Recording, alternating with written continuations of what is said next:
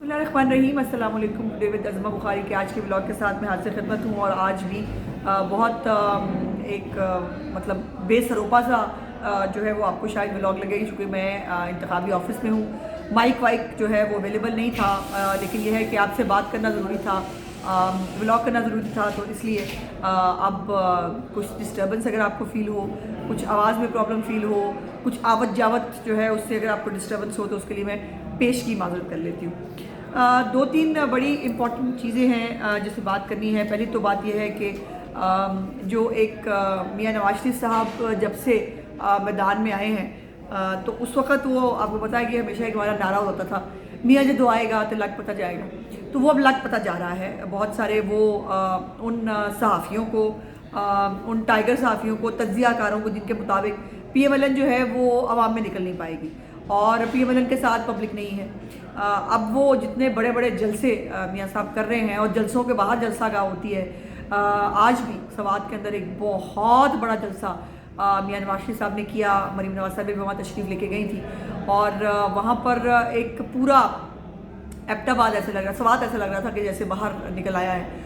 और एबटाबाद का जलसा पहले हो चुका है, वो मेरे दिमाग में आ रहा। सवात आपको पता है कि वहाँ पर बहुत सारे भगौड़े रिश्तेदारी जो हैं वो उसके पहले जो है वो नुमाइंदे रहे हैं, नुमाइंदे क्लेम करते रहे हैं। लेकिन सवात जो है, और बल्कि पूरा KP बता रहा है कि शेर आ रहा है। और आज भी मियाँ साहब ने वो एक चंद लड़कों का ग्रुप था, वो बहुत जज्बाती अंदाज में मियाँ साहब आई लव यू कह रहे थे, और मियाँ साहब ने बाकायदा उसको उसी तरह रिस्पॉन्ड किया, तकरीर रोक के। और ये उनका बहुत खूबसूरत स्टाइल है जो आम आदमी को बहुत टच करता है, कि जब वो भी आई लव यू टू कहते हैं अपने उन तमाम प्यार करने वालों से जो उनसे प्यार करते हैं। और फिर उसके बाद मरीम नवाज शरीफ साहब की एंट्री होती है, और वो तो आपको पता फिर फट्टे चक देती हैं। उन्होंने जो है वो, बल्कि मियाँ साहब ने भी ये पूछा कि 50 लाख घर किस किस को मिले हैं, 1 करोड़ नौकरी किस किस को मिली है, वो किसी को मिली हो तो कोई दस है ना, तो वो भी ज़ाहिर है मुमकिन नहीं है। और मरीम साहिबा ने जो है वो आज कल जो एक फ़ैसला आया है इमरान खान और पिंकी पीरनी का, उसके ऊपर बहुत सारी बातें की गई, बहुत सारे दावे किए गए। उसके ऊपर जो है मैं आगे जाके बात करती हूँ। लेकिन मरीम नवाज शरीफ साहिबा ने अपना जो है एक्सपीरियंस बताया कि जब उनको अरेस्ट किया गया था तो उनको जो है वो फैसिलिटीज़ देने की कोशिश की गई। उनको जो है वो कहा गया कि वो सिहाला रेस्ट हाउस में चली जाएं, लेकिन उन्हें वहाँ जाने से इनकार कर दिया, और वो नहीं गई वहाँ पर। ये इसका उन्होंने इजहार किया। उसके बाद जो मुझे वैसे बड़ी हैरत हुई, मैंने कल उस पर बात करना मैं भूल गई, लेकिन वो मैंने क्लिप देखा अलीमा खान साहिबा का, जिसके अंदर वो बहन है इमरान खान साहब की, और ज़ाहिर है बहनों का और भाइयों का बड़ा प्यार होता है। लेकिन वो बड़ा अजीब लगा। उन्होंने कहा कि मैं तो समझ रही थी कि इमरान खान को फांसी हो जाएगी। इतना बड़ा सजाए मौत, शायद हाँ सजाए मौत का लफ्ज़ उन्होंने शायद इस्तेमाल किया। मेरी बड़ी हैरत अंगेज़ बात थी, कोई बहन जो है वो अपने मुंह से भाई के लिए ये लफ्ज़ इस्तेमाल ही कर ले, ये बहुत बड़ी बात है। और मुझे नहीं समझ में आया कि या तो वो बहादुर, कुछ इतनी ज़्यादा बहादुर हैं कि उनको भाई की मोहब्बत भी कम पड़ गई है उसके अंदर, या जो है वो उनको कोई मतलब उनकी कोई आस उम्मीद पूरा होने का इम्कान था कि जिसके अंदर वो जो है वो चाह रही थी कि उनको सजाए मौत क्यों नहीं हुई। तो ये बड़ा अजीब सा एक क्लिप था जो मुझे तो उसके ऊपर समझ में नहीं आया। दूसरी बात, एक अहम कल वाक़या हुआ कि रेहान ज़ेब नामी एक लड़का है, PTI का वर्कर है, बहुत पुराना स्टारवर्ड था उनका, अल्लाह पाक उसके दर्जात बुलंद करे। उसको जो है वो गोलियां मारकर शहीद कर दिया गया। वो बच्चा जो है वो बाजौड़ के इलाके से ताल्लुक़ रखता था, और वहाँ से उसको कभी भी PTI ने टिकट नहीं दिया, 2013 में भी नहीं दिया, 18 में भी नहीं दिया, और इस दफ़ा भी उसको टिकट जब नहीं मिला तो वो इंडिपेंडेंट इलेक्शन लड़ने के लिए खड़ा हो गया। उसके ऊपर अब बहुत सारे क्लिप्स जो हैं वो सामने आ रहे हैं। लेकिन फिर से वो जो एक गिद्धों वाली सियासत है PTI की, जिसके अंदर वो हमेशा लाशों के ऊपर सियासत करते हैं, लोगों की तकलीफ़ों पे जो है वो सियासत करते हैं, मुजिब भी उसी का वही होते हैं, उन तकलीफ़ों की जो है वजह भी वही होते हैं, लेकिन उसके ऊपर वो सियासत करने से बाज नहीं आते। और उस पर जो है उन्होंने पहले वो हमेशा वो लाश को नोचने की कोशिश की, बेचने की कोशिश की कि जी वो हमारे कैंडिडेट को मार दिया, हमारे कैंडिडेट के साथ जुल्म हो गया। और हकीकत यह है कि उस बच्चे को कभी टिकट दिया ही नहीं गया था, बल्कि उसकी ख़ुद की बहुत सारी वीडियोस और उसके अब रिश्तेदारों की भी बहुत सारी वीडियोस और बयानात मौजूद हैं, जिसके अंदर वो कह रहे हैं कि उनको PTI के लोग जो हैं वो जान से मार देने का उनको धमकी दे रहे हैं। बल्कि आज तो मैंने उनके चचा को गालिबन उनका क्लिप देखा जिसके अंदर वो ख़ुद से जो है वो बदला लेने की बात कर रहे हैं, जो बहुत खौफनाक बात है। ऐसा नहीं होना चाहिए, कानून को खुद हाथ में लेने की ज़रूरत नहीं है। लेकिन जिस कैंडिडेट को PTI ने टिकट दिया वो उसकी भी एक क्लिप जो है वो मौजूद है जिसके अंदर वो बाकायदा तौर पर रेहान को जो है वो धमकी दे रहे हैं। लेकिन ये इतने बेशर्म और बेमुरवत और एहसास से आरी लोग हैं कि इनको जो है वो लाशें चाहिए हर वक्त सियासत करने के लिए, इनको लाशें बेचने के लिए चाहिए, इनको जो वो एक मजलूमियत का ड्रामा करने के लिए लाशें चाहिए।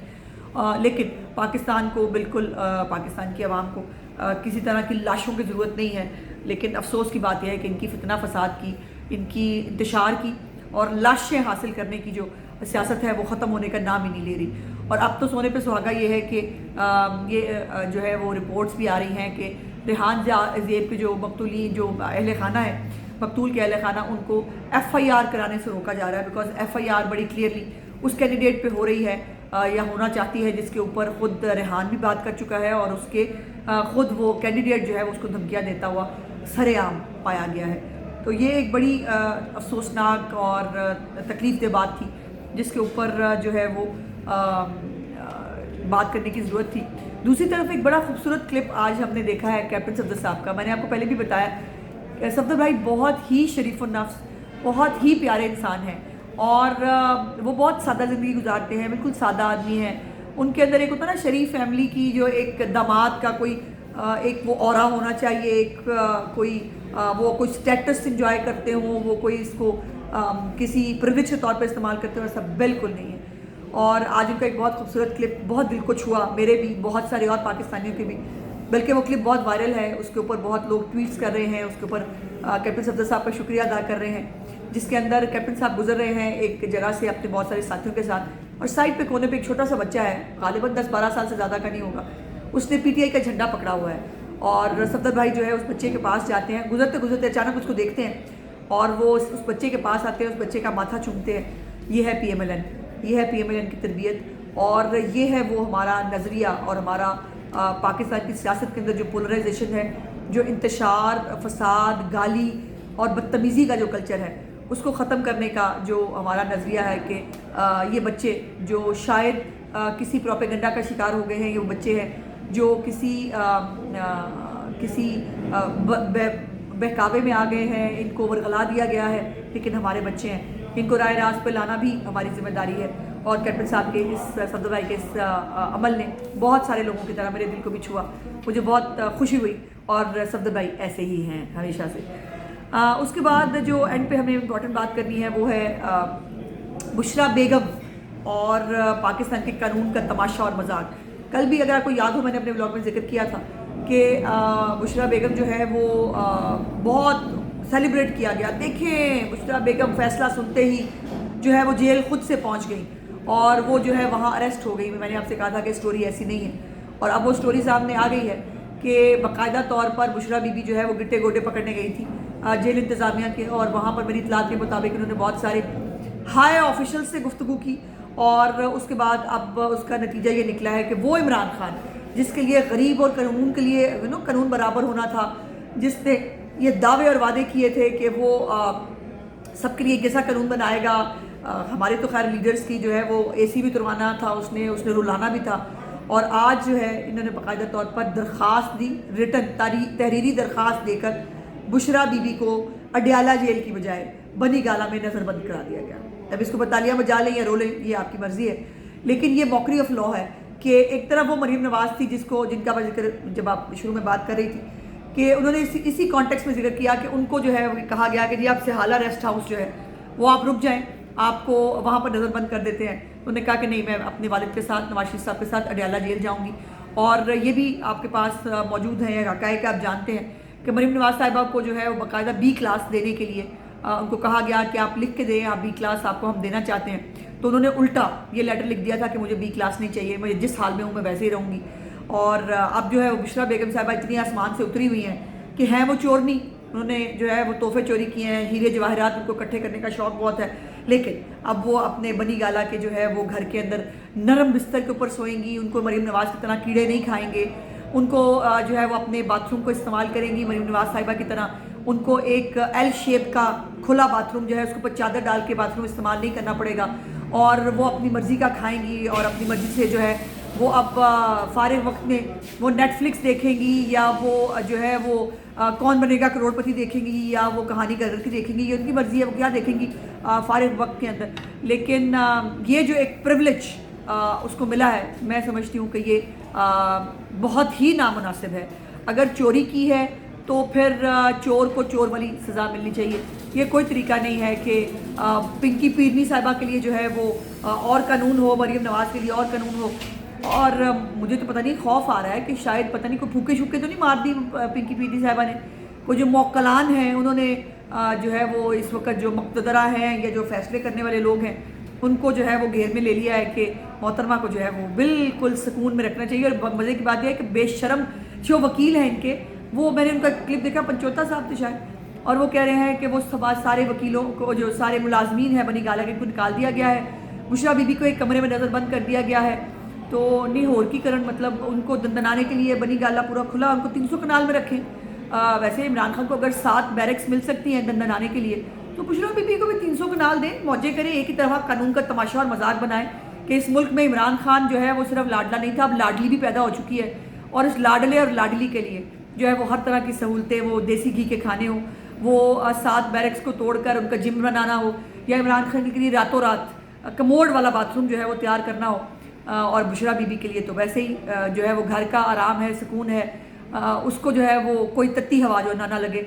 अल्लाह जाने ये दोनों में बीवी जो है जो इस मुल्क में इतना फितने फसाद के, इतने इंतशार के जो है वो मुजिब बन चुके हैं, और अभी भी बाज नहीं आ रहे। अभी भी उनका जो है वो इलेक्शन डे को ख़राब करने का प्रोग्राम है, जो जिसकी इतलात बहरहाल जिनके पास होनी चाहिए उनके पास हैं। ऐड की जिसने कुछ किया ना, उन्होंने बहुत कुट पैनी है, ये मैं पहले बता रही हूँ।